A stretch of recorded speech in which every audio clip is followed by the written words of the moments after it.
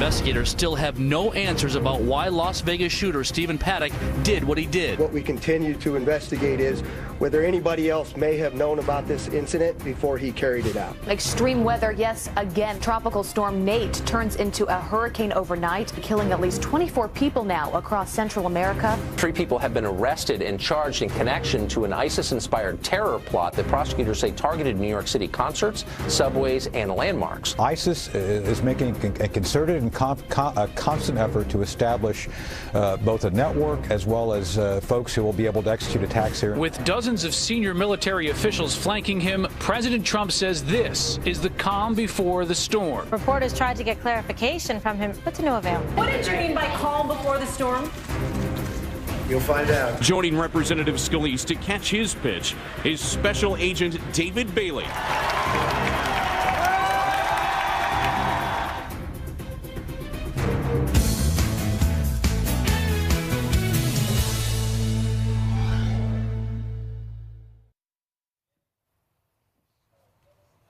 Oh, it's a silent Saturday. We just start singing. Roll that music. Yeah, you want to sing? Dean, can you sing? No, I cannot sing. And if you want, no. That would literally ruin my career right now. Over. Just be done. Singing over. Well, we are so happy to have you on the couch this morning. Dean Cain, everybody, flew in from California to spend the weekend with us. I would still be asleep in California, by the way, right now. I just want you to know I would definitely be asleep right now. You've had your coffee, though. You're feeling good? I feel a lot better. It's great. You guys have been very welcoming. It's a lot of fun for me here, so thank you. You do a nice job. You know, we saw Steve Scalise throw a strike on the first pitch. I bet you've thrown out some first pitches. I have thrown out some first pitches, and you don't want to bounce it. And you don't get to warm up. That's the thing that bothers me. I saw President Bush warm up before he threw his, and he threw a nice strike. Yeah. So I want to make sure I warm up before I throw those pitches, because if you bounce it, you're done. You're done for. And you can't always control that. No. But Scalise did a nice job. I'm going to stay away from that. I'm never going to. Have you ever thrown out a first pitch? I'm not going to do that. No. Don't bounce it. No, you know your lane. You know what you can do. You know what you're decent at. That is all right, guys, line up that baseball segment for later on so we can watch Abby throw. All right, well, welcome to Fox and Friends. Our top story this morning, Las Vegas investigators announced they've hit a dead end in the hunt for the murderer's motive in the massacre and are now calling on the public's help. And this coming as more dramatic video is surfacing showing those chilling moments of people running for their lives as 58 innocent people were killed that night. Will Carr is live in Las Vegas with the latest. Will, how are you? Good morning, guys. There are still 26 people in critical condition and nearly 60 still in hospitals this morning. And here at the scene, the police tape is still up, and you can see this fence that was pushed in by dozens of people who were literally running for their lives. Those are shots! Run! Those are shots! Run! Don't look! Run! Go! Run! Go! Go!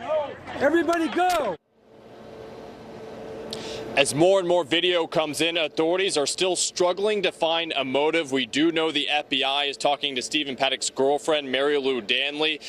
They're also looking into his financial state. We've learned that he earned $5 million in gambling back in 2015. He also paid for at least one house and one car in cash. At the same time, they're continuing to try to see if Paddock planned to stake out other concert festivals in Chicago and Boston.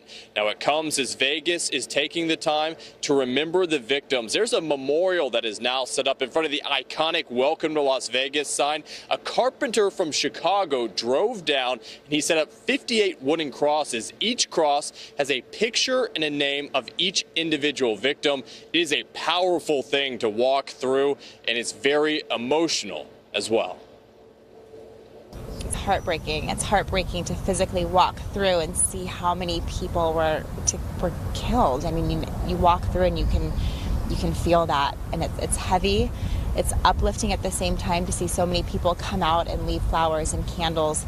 We saw a woman walking around just relighting candles on her own accord, and just to see the community come together is beautiful. Later this morning, there is a unity prayer walk. Vice President Mike Pence is flying into town to pay his respects in just a couple hours, guys. Thank you, Will Carr. Thank you so much. It has just got to be so frustrating for the families of these loved ones that have been lost to know nothing at this point. No idea what the motive was for this guy to wake up one day and say, I want to kill myself and as many people as possible. Yeah, and then you watch it explode into a political gun debate as opposed to just, you know, letting it heal. Yeah, and the facts actually. I can't even imagine what that feels like for the family members. Unbelievable. Yeah, it's almost like, what do you say? There's no words. You don't have a motive. You don't, hopefully they'll learn more from the girlfriend, who they're interviewing even more, as to why he in the world would do this. Yeah, she may be the only lead they have at this point. All right, so we'll keep a close eye on that story, as we have all week long. But also in Washington, reporters are going a little bit crazy right now, as they often do, trying to figure out what the president means when he says something. And he kind of threw them, we said earlier, a little bit of crumbs that what are they going to do with this? He had this meeting with some generals and their wives on Thursday night, right? And the media was in their room having a normal night, and he called them and said, hey, or the White House said, hey, we want you to come to this dinner. To which he's there in this photo op and he says, this is the calm before the storm. Of course, that makes the media go nuts. What is he talking about? Yesterday, he doubled down on that. They asked him what he meant, and here's how both of those times went. You guys know what this represents? Well, maybe it's the calm before the storm. What's the storm? Could be the calm before the storm. What storm, Mr. President? We have the world's great military people in this room. I will tell you that. And we're not waiting. Thank you all for coming. Thank you. What storm, Mr. President? What did you mean by calm before the storm yesterday? What did you mean by that? Thank you very much. Thanks. You'll find out. All right, Dean, be my Trump decoder here. What did he mean? First of all, there's no such thing as a Trump decoder. That's impossible. Gosh, I wish I could figure that out.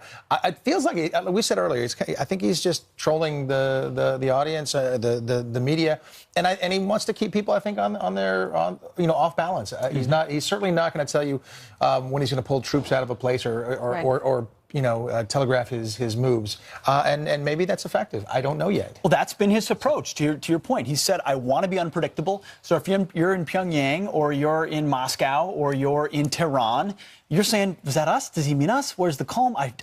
He says it's calm. I don't feel calm anymore because the storm may be coming. I mean, this is a guy who has done this time and time again, and staying unpredictable means you have a bit of an advantage because your enemies and adversaries don't know. It may not even be a message to the journalist. My sense is it's a message to maybe ISIS leaders. Maybe it's to Kim Jong-un. Maybe it's to Iran. I mean, it could be any of those things. Or all of them. Or all of them. And he was sitting there surrounded by his generals, the people that he admires the most, that he gets all of that input from. And clearly they have a sense of what they are planning to do when it comes to all of these national security concerns that we face today.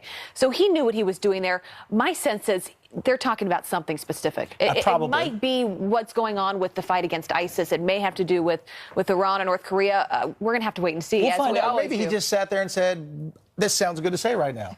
I mean, that's the thing, is nobody really knows, and that could be very effective. And you know who's the most scared? The media. Why did he say that? It comes as officials tell CNN President Trump is prepared to decertify the Iran nuclear deal. It's incredibly reckless. And I know we discount. I know the bar is so low, it's buried way underground. But it's incredibly reckless rhetoric to talk about the calm before the storm and to be laughing and joshing. You could see when he said it, 3 seconds afterwards, he literally had a smile. Now, if you're talking about a storm of raining, fire and brimstone, you're not smiling. He literally winked. We have to stop trying to analyze what he says, and it's just Tourette's of silliness. When they sort of catch their breath in this town, when they sort of hold their breath in this town, when he says something like that, you have a smile on your face. I mean, is that somewhat satisfying? No, I just picture people in this town actually holding their breath. That might be a welcome surprise for most of America. It's so true. Most of America goes, I love watching these folks freak out. The more the swamp freaks out, the more the left stream media freaks out because they can't figure them out. They're supposed to take them literally, they take them figuratively. Then they go the other way.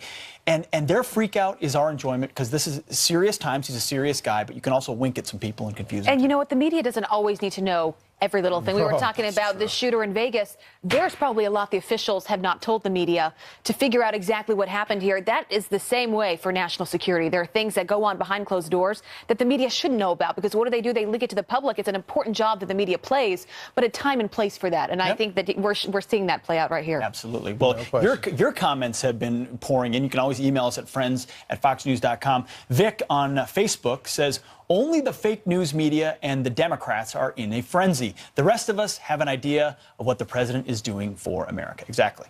And this is an email coming in from Lawrence. Says he's playing chess while the rest are playing checkers. That's the argument has been, hey, catch up, guys. You get with the program. Speaking of catching up, another and storm Yes. on the way. Ricky, we're telling us hurricane season until the end of November. And in November, yeah, and kind of the last little real hurrah of it is through October. When it happens in October, usually storms form in the Western Caribbean or across the Gulf, and that's what we have going on here. It's a really fast-moving storm. We've been saying officially the forecast brings it to a Cat 1 hurricane somewhere here along the Gulf tonight. It's moving so fast it's going to make all this distance here by the time it makes a landfall tonight. I will tell you also, though, it has kind of favorable conditions, and the satellite representation has been kind of looking very, very good over the last couple of hours. We could see some strengthening over the next short bit of time here before it makes landfall. If you're here in the Central Gulf, you need to watch this very, very closely, and you don't have a lot of time because it's moving so quickly. You need to be making all your preparations right now. By, say, around noon, already the bad weather's going to be there, and you need to be getting out if that is your plan. I will tell you, there is not out of the question we could have a Cat 2, even a little bit stronger of a storm. Just be prepared for that. Water temperature is certainly plenty warm for this, making a landfall here somewhere tonight, guys. That water is warm. It is really warm. 85 It is warm, degrees. a little bit above average. I mean, this is typical this time of year. That's why the storms form in this area. But Right. it is a little bit above average from where it would normally be. It's one of the reasons why we're having such an active season. All right, Rick, we'll keep a close eye on that. Thank you You so bet. much. All right, turning on to some other headlines we're following closely this morning. The body of a fourth United States Green Beret previously reported as missing has now been found in the African country of Niger. The soldier was part of a U.S. Special Forces training unit ambushed by terrorists. We've also learned the identities of the other 3 Americans that were killed. Staff Sergeant Brian Black from Washington State, Staff Sergeant Jeremiah Johnson from Ohio, and Staff Sergeant Dustin Wright from Georgia. The 4th soldier killed has still not been identified. Just so heartbreaking.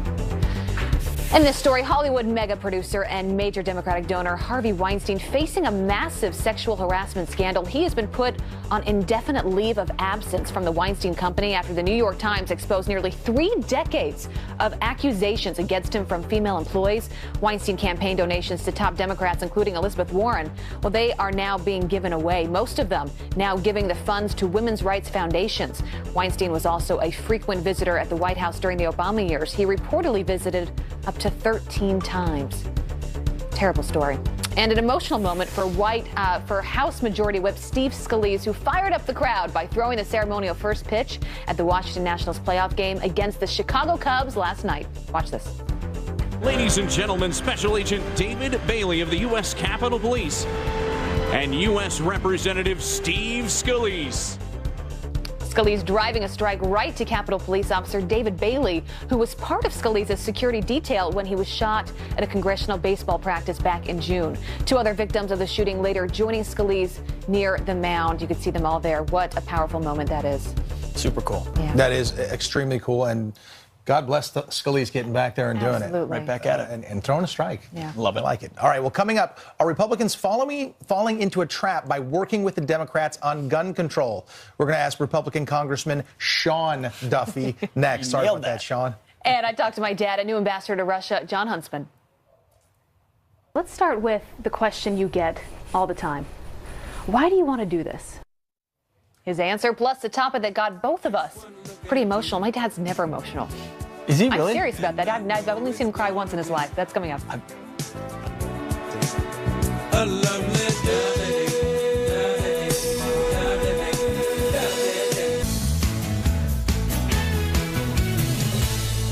So what? They're going to say if you give them bump stock, it's going to be a slippery slope? I certainly hope so. Well, Democrats, they're weighing in and hoping an agreement on bump stocks could lead to even more gun control. But if the GOP works with them, could it give Democrats the ammunition they need for more limits on our Second Amendment rights? Joining us now is GOP Congressman Sean Duffy. Congressman, thanks for joining us this morning. So the former speaker said it right there. So it's a slippery slope? I hope so. That's where Democrats want to go with this, right? Yeah, this is no new surprise. This is incrementalism for Democrats. If they can just gradually take our gun rights away until the Second Amendment is gone, that is their mission. And we as Republicans, we as Second Amendment lovers know that, and that's why we're so resistant to the effort from the left. Now, if you look at bump stocks, we're not talking about guns. We're talking about a piece of equipment that takes a semi-automatic to an automatic weapon, and automatic weapons are banned. And that's why we can take that step with Democrats. But make no mistake, we all understand the game of what they're trying to do. Yeah, you know, anytime a horrific incident like this happens, there are a couple things that happens. We want to figure out what the motive is, absolutely, but also try to figure out how this can't happen again, and that's why it oftentimes goes to gun control. But what conversation should we be having right now? What conversation should we have had over the past week? What causes a person to wake up one morning and want to kill himself and as many other people as possible? Listen, Abby, that's a great point. And, you know, it goes back to what's happening in our culture, what's happening in our families. And we have to look to a common theme through these horrific events. And this is where you have crowds that gather. And whether you have crowds and guns are used against these crowds, or you've seen in Europe where they'll use trucks, or at the Boston Marathon, they'll use pressure cookers. When you have people that are hell-bent on killing fellow citizens, there's a lot of tools at their disposal. And I don't hear Democrats talking about banning pressure cookers, knives, or automobiles, but they'll take a tragedy like this when people are still in the hospital fighting for their lives, and they'll use that to try to advance a political cause, which is to ban firearms. And I don't think they're looking at the broader issues here, which is what happens in society. How do we deal with mental illness? They just use this for political purposes, which I think is frankly incredibly sad. Absolutely. A bump stock is a piece of equipment. Do you acknowledge that you seem to think that maybe that is the type of thing that could be banned? But what isn't that basically falling into their argument that, you know, we can solve this by passing one bill on a bump stock when the next attack could be something else? Well, no, I don't think so, because I think, Pete, we understand that this isn't going to resolve the problem, but I think this is a step in saying we've banned automatic weapons, and this will transition a semi-automatic to an automatic, and therefore we'll take the step to ban it. So, no, I don't think we're falling into the argument. Again, we understand that this is incrementalism. This is baby steps for Democrats. And no matter what you give them, they'll never be satisfied until, again, the Second Amendment is gone. And they don't understand. You can come from San Francisco, like Nancy Pelosi, and think banning guns is a great idea, or New York City. But in places like where we come from, this is a way of life. People grow up using guns, respecting guns, knowing how to use them. And we use them for really good purposes. We respect them, love them. And there's one last point. I know we got to go. But when you take firearms away from people, you take them away from law-abiding citizens. Of course. Evil people who want to do us harm, they'll always have a gun, and they take away our right to protect ourselves. This is Democrats saying the state should be the only one who can protect you. You can't protect yourself. All right, Congressman, we got to leave it there. Great to see you this morning. Thanks. More Fox and Friends on the other side.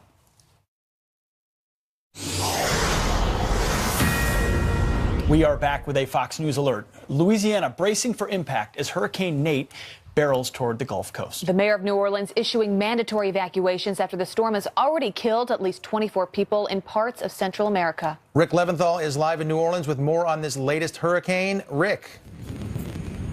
Good morning, Dean, Abby, and Pete. The last time a hurricane hit Louisiana in October was 15 years ago. That was Lily in 2002. That was a Category 1. Nate, also a Category 1, could very well hit here. There are warnings and watches in effect from west of New Orleans all the way across the Gulf Coast to the Florida Panhandle. Then their state of emergency is now in effect here in Louisiana. Now, this is not Harvey, it's not Irma, but the governor says we need to treat this storm with respect. No one should take this storm lightly. It has already claimed the lives of at least 20 people in Nicaragua and in Honduras. And as we know from past storms, low intensity doesn't necessarily mean low impact. One of the big concerns here in New Orleans are the pumping stations. 10% of them are broken. The city has already flooded several times this year, including last week. The drainage system is challenged. It's old and tired and underfunded, according to the mayor, who says it's like his grandma's car with 400,000 miles on it. One of the greatest threats to this storm is not necessarily interior rain, but storm surge. It is a serious concern to us the projections are that we could see 6 to 9 feet of surge. So given this threat, I am ordering a mandatory evacuation of Venetian Isles, Lake Catherine, and the Irish Bayou areas of the city of New Orleans. Most of the city's 200 floodgates are already closed or will be closed today. Like this one, there are barricades that have been set up, close to 150 of them around the city to protect roads like this one that typically flood. You're looking at the edge of Lake Pontchartrain, which could easily come over the banks if the storm surge is what they expect. They have boats and high water vehicles on standby now, and they're handing out sandbags. A curfew will go into effect tonight at 7 o'clock. And in case you're wondering, I did do some research, guys, and a speeding bullet travels at 1,700 miles per hour. So this storm is not as fast as Dean is, actually, excuse me, quite a bit faster than Dean Cain.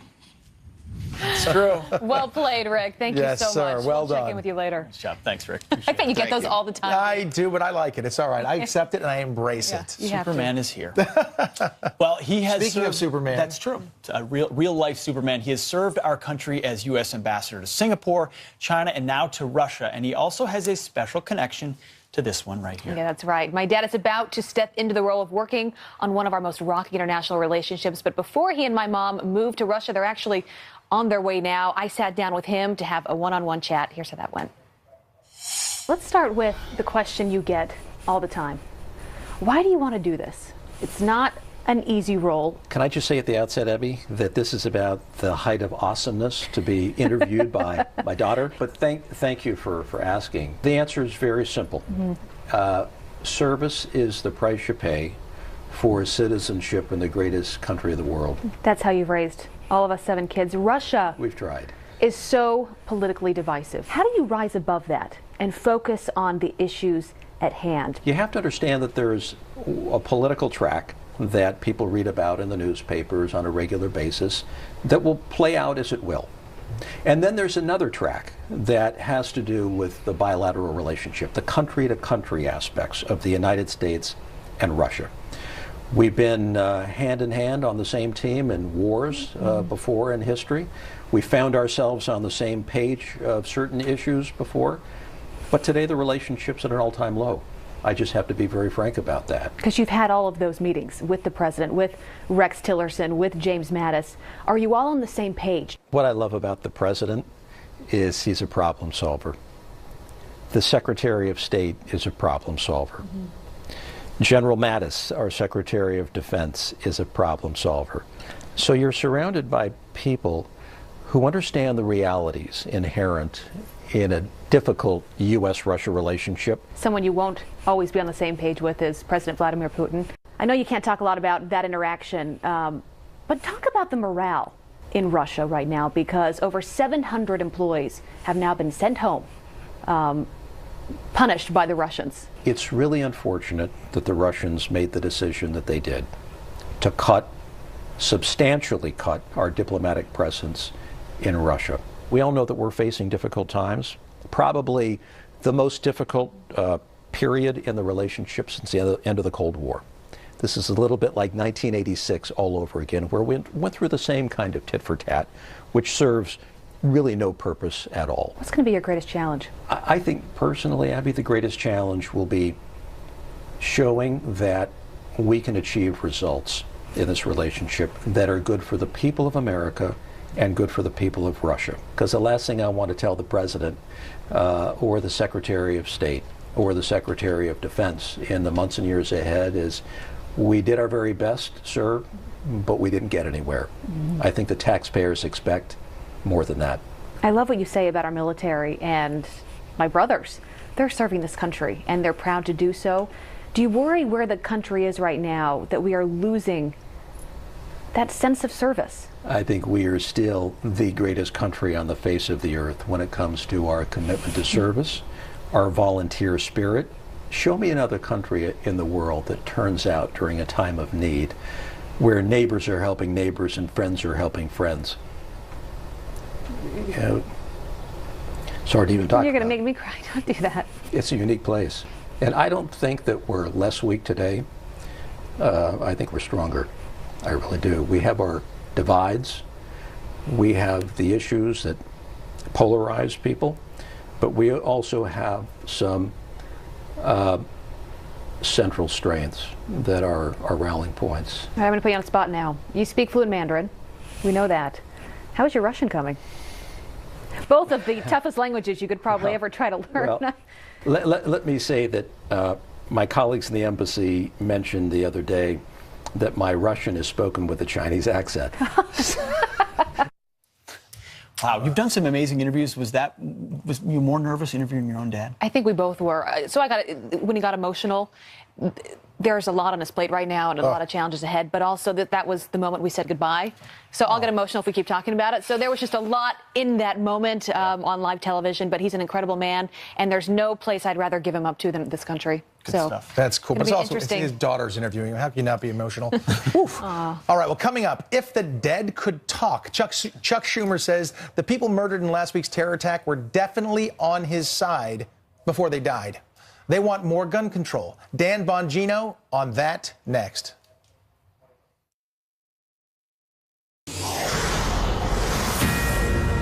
We all want answers. We have looked at everything. Alert. 6 days after a madman with a stockpile of weapons murdered 58 people, Las Vegas police still do not have a motive and are now asking the public for help finding that motive. Yeah, more dramatic video surfacing during those chilling moments right at the beginning of the attack. 26 people remain in critical condition. The FBI still hoping the gunman's girlfriend, Mary Lou Danley, could shed some light on the investigation. Later today, Vice President Mike Pence will attend a unity prayer walk in Las Vegas to honor the victims there. That's right. Let's bring in, former Secret Service agent, former NYPD officer, and host of the Renegade Republican, Dan Bongino. Dan, thanks for joining us this morning. So it's all of us are still kind of befuddled. Do you think it's too quick also to dismiss terrorism? What are you hearing? Based on what you've seen, what's the latest? Yeah, it is a little too quick to dismiss terrorism, Pete. But one of the things I find interesting is obviously the Las Vegas Police Department and the FBI have been doing a great job. But they're pretty forward with this, and they've been pretty clear that there's just no evidence of that. The only thing we do have on the terrorist angle front is their claims, the ISIS claims through their weekly newsletter, that Al-Naba, that they had radicalized this individual. Now, they have in the past on some occasions taken claimed credit for attacks that were, but those are rare occurrences. I'm no big fan of the New York Times, but there's a New York Times reporter who's been doing unbelievable work on this, who said, listen, we just can't discount this. It's very unusual for them to claim this repeatedly if there's no connection at all. How unusual is that? When you look at past incidents that have happened, it seems like they can trace back something on a social media page, maybe family members, maybe a friend knew something. Officials have had to go back on the Expedia page to trace some of his footsteps. I mean, are we going to get to a place where we never know the actual motive behind this madman? You know, I'm glad you asked that question, Abby, because I was thinking about this morning before this appearance here, and I think we all need to prepare ourselves for the possibility that this guy had antisocial personality disorder, or what you would call, what we call in just normal talk, a psychopath, a sociopath. You know, these are the kinds of people, the serial killer types who live relatively normal lives like this individual. They don't elicit suspicion from anyone, the neighbors, the gas station guy, the guy in the local bar. And all of a sudden, one day, all of these psychological disturbances manifest themselves in the form of a serial killing spree, or in this case, a mass murder. I mean, I really think, I'll never forget the Scott Peck book, People of the Lie, about evil, genuine evil, and people who live evil lives who have just no sense of empathy or consequence at all. And, I think we need to prepare ourselves that may be a possibility here. We may not get an easy answer. Dan, Chuck Schumer had something interesting to say about some of the victims from the attack. Listen to this and please react. If we could talk to those brave souls who were killed and are now in heaven, they would say, do something. They wouldn't say, let's wait. President Trump, are you going to wait to hear what the NRA says first? How would he know, Dan? I mean, how would he know what the dead would say? We can't talk to these people because they're not here, because they were murdered by a maniac in Las Vegas. And frankly, I'm disgusted with these swamp rat political creature animals who go into D.C. and do what Chuck Schumer did. If I could talk to the dead and all of a sudden they would tell us the NRA is responsible for it. And then he says another thing, which is typical of a Chuck Schumer type political animal. He says, well, we should be doing something. Well, you know what? We are doing something. You know what I do? I go home and I make sure my family's prepared in the case of an emergency. I have 2 daughters. You know what I do? I legally carry a firearm responsibly because I'm a dad. And I have a home and a wife and a family I care about to defend. And the idea that we should continually be on the defensive, guys, and have to defend ourselves, legal, patriotic, law-abiding, responsible gun owners, because of the acts of a homicidal maniac is disgusting. And the fact that the Democrats, some, not all, but people like Chuck Schumer invoke the memories of the dead, victims of this crime, and they do it to leverage a political narrative that somehow we're at fault. The good American people who just want to be left alone is beyond disgusting. He should be ashamed. And he's an example, by the way, of everything wrong with modern politics. Reason goes out the window, emotion dominates, and it's attack, attack, attack the other side instead of getting an actual problem solved. It's disgusting. Well, how are you going to get a problem solved when you impugn the motives of the other, right, Dan? I mean, ultimately, Chuck Schumer saying, if you support the Second Amendment, you must not support the people that died? Yeah, bingo, Pete. I mean, think about this for a second. Think about it in any other transaction. You're trying to get something done and find a middle ground. The opening salvo in your transaction is, by the way, you're a bunch of maniacs who are responsible for the deaths of 59 people. Oh, by the way, let's talk about how you feel about gun control. What is wrong with you? This is what they do to us all the time. I can't say this enough. Liberals think conservatives are bad people attached to ideas, while we think liberals are just bad ideas attached to people. That's the difference, and that's why nothing gets done and nothing will get done. So true. That's where the divide comes from. Some strong words there. Dan, good to have you on this morning. Good to see you. Thanks, guys. All right, coming up, this statue became a feminist icon, the fearless girl of Wall Street. But the company who paid for the statue didn't quite get the message. We're going to explain that one. It's a great story. I don't know this one. We traded 5 terrorists to get him back. Now disgraced Army Sergeant Bo Bergdahl is expected to admit he deserted his post. What should be his penalty? Lieutenant Colonel Michael Waltz led the search for Bergdahl. He joins us to react next. That'll be an interesting point of view. Yes. And former President George W. Bush gearing up for an annual tradition, leading our wounded heroes on a bike ride around his ranch in Texas. We are live with these warriors. I love that.